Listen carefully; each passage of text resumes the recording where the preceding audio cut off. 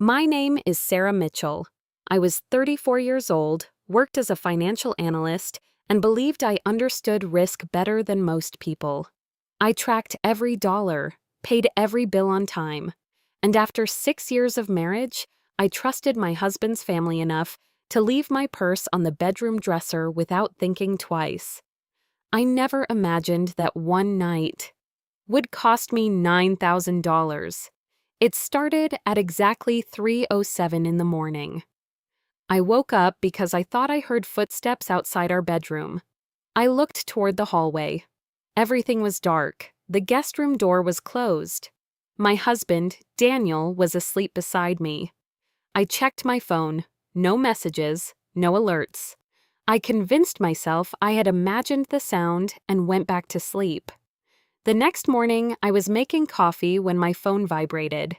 It was a fraud alert from my bank. Did you authorize a purchase of $2,184.63 at a luxury jewelry store? Before I could answer, another notification appeared. Then another: designer handbags, electronics, a luxury boutique, a hotel reservation. The total climbed so fast I stopped trying to calculate it in my head. By the time I logged into my banking app, more than $9,000 had been charged to my emergency credit card, the same card I almost never used. My hands started shaking. I ran upstairs and opened my purse. The card was back in its usual slot. At first, I thought the bank had made a mistake. Then I noticed something strange. The zipper on my purse was slightly open. I always closed it completely, always. Daniel hurried into the room after hearing me call his name. He looked at the transactions on my phone. His face went pale. Then he quietly asked one question. "Did you lose your card?" I slowly shook my head. "No, someone used it," and put it back before I woke up. Just then, Daniel's younger sister, Jessica, walked into the kitchen carrying a shopping bag I had never seen before. She smiled like it was any other morning. Nobody said a word, but something inside me suddenly remembered the footsteps I heard at 3:07 that morning. Before I tell you what happened next, I want to ask you something. If someone in your own family stole from you, would you protect them or report them? Tell me what country you are watching from, and subscribe to Public Evidence if you enjoy original emotional stories. As I looked at Jessica, I realized I was no longer trying to figure out what had happened. I was about to find out who my husband would choose to believe. I did not accuse Jessica. Not yet. $9,000 was too serious for assumptions. I needed proof. I called the bank first. The fraud specialist reviewed every transaction one by one. Each purchase had been made with the physical card, not the card number, not an online payment.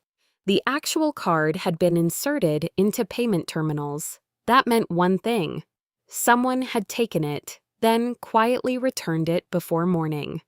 After ending the call, I contacted the credit card company and temporarily froze the account. Then I remembered something. Our next-door neighbor, Mr. Lawson, had installed security cameras facing both driveways after several cars had been broken into the previous year. I walked across the street and explained what had happened. Without hesitation, he invited me inside. Together, we reviewed the footage from the night before. At 3:11 a.m., the front door opened. A woman quietly stepped outside. She wore a hooded sweatshirt. Her face was partially hidden, but I immediately recognized the overnight bag she had brought for her weekend visit. It belonged to Jessica. The video showed her getting into her car. She drove away. 48 minutes later, she returned carrying several shopping bags. She slipped back into the house without turning on a single light. I thanked Mr. Lawson and walked home in complete silence. When I stepped into the kitchen, Daniel looked at my face and immediately knew something had changed. "Did you find anything?" I placed my phone on the table and played the video. He watched the entire recording without speaking. When it ended, he slowly sat down. Jessica walked in a few seconds later, carrying a cup of coffee. She noticed the silence. Then she noticed the paused video on my phone. The color drained from her face. Before she could say a word, Daniel looked at his younger sister.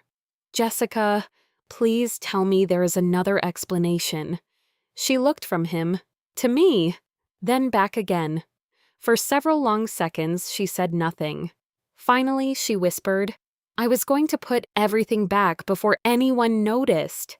Those words stunned me, not because she admitted taking my card, because she genuinely believed spending $9,000 was something she could simply undo. And what my husband said next hurt even more than the theft itself. Jessica's confession lasted less than 10 seconds. Then Daniel asked the question I was already thinking.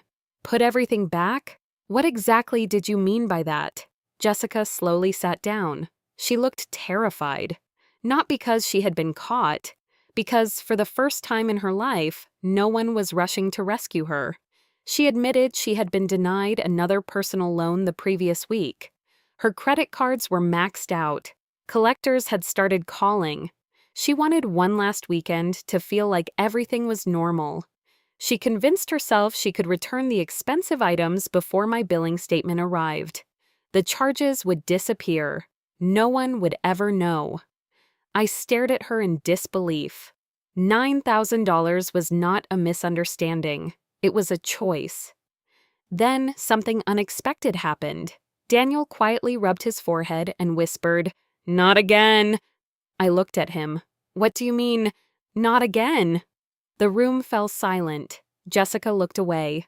Daniel finally answered. 3 years earlier, Jessica had borrowed money from their aunt. She promised to repay it within a month. She never did. The year after that, their parents quietly paid off another credit card she had hidden from everyone. Last Christmas, Daniel himself had covered nearly $4,000 after Jessica ignored months of overdue payments. Every time, someone else solved the problem. Every time. Jessica promised she had learned her lesson. No one ever allowed her to face the consequences herself. I slowly realized something. The biggest betrayal was not that Jessica stole from me. It was that everyone else already knew this pattern existed. No one warned me. No one told me to keep my finances private while she stayed in our home. That evening, my phone rang. It was the bank's fraud investigation department. The representative politely explained that because the card had been physically used, they would begin a formal investigation. If the purchases were confirmed as unauthorized, the matter could become a criminal case. I thanked her and ended the call. Jessica's face turned completely pale. For the first time, this was no longer a family argument. It had become a legal problem, and everyone in the room understood. The next decision belonged to me alone. After I ended the call with the fraud investigator, no one spoke. Jessica looked at me with tears in her eyes. "Sarah, please do not do this. I never wanted the police involved." I looked at her calmly. "Neither did I. That is why I never expected to wake up missing $9,000. She lowered her head. Daniel stood beside the kitchen window for several minutes without saying a word. Then he slowly turned toward his sister. His voice was steady. "You need to tell the truth. All of it." Jessica admitted she had returned every shopping bag to the stores that same afternoon. Most of the purchases had already been refunded, but several expensive items had been opened. A luxury watch had been resized. A designer handbag had been damaged after the tags were removed. Thousands of dollars could no longer be recovered. She looked at me again. "I will pay you back. Every dollar. Even if it takes years." I believed she meant it. But that was no longer the point. Trust was not something a monthly payment could replace. Daniel finally walked over and sat beside me. His eyes filled with regret. "Sarah, I owe you an apology. When you first showed me the fraud alerts, my first instinct was to protect Jessica. Not because I thought you were wrong, Because I had spent my whole life fixing her mistakes. I looked at him quietly. He continued, "Today, I finally understand something. Every time I protected her from consequences, I made it easier for her to hurt someone else. This time, she hurt my wife." Those words hung in the room for several seconds. Then Daniel did something I never expected.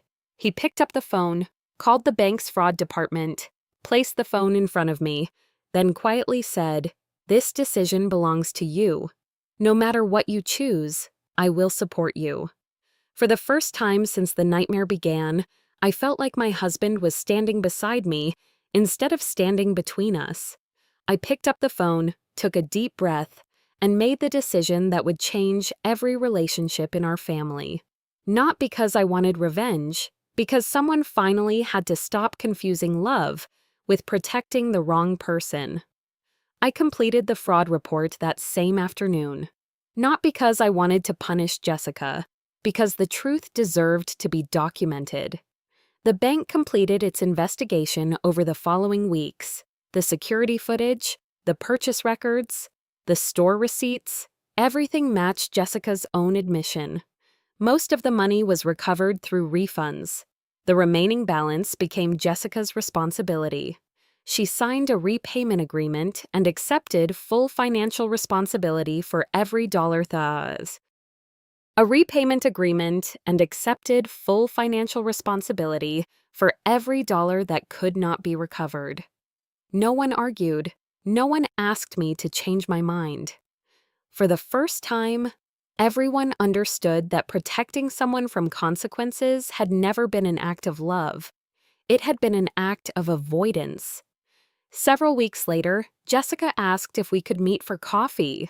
I almost declined. Instead, I agreed. She looked very different from the woman who had walked into my kitchen carrying shopping bags that morning.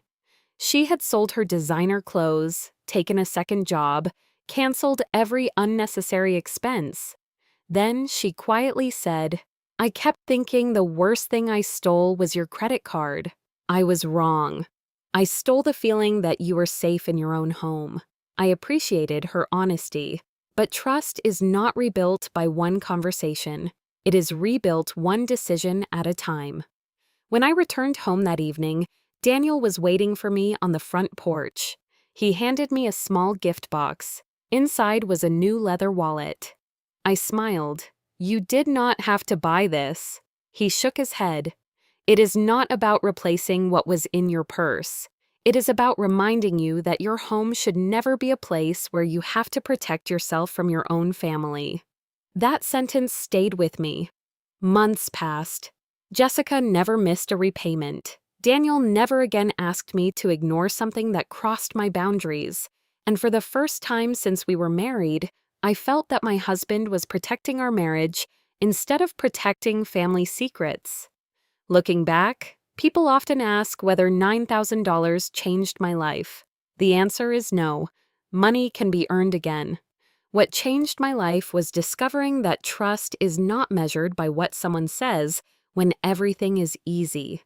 It is measured by what they choose when doing the right thing becomes painful. That night, I locked my purse before going to bed. Not because I was afraid someone would steal from me again. Because I had finally learned that love without accountability is not trust. And a family that hides the truth will always cost you far more than money. Before you go, I would love to hear your opinion. If someone in your own family stole from you, would you report them or keep it private? Tell me what country you are watching from in the comments. And if you enjoy original, emotional stories with realistic endings, subscribe to Public Evidence and turn on the bell so you never miss another story.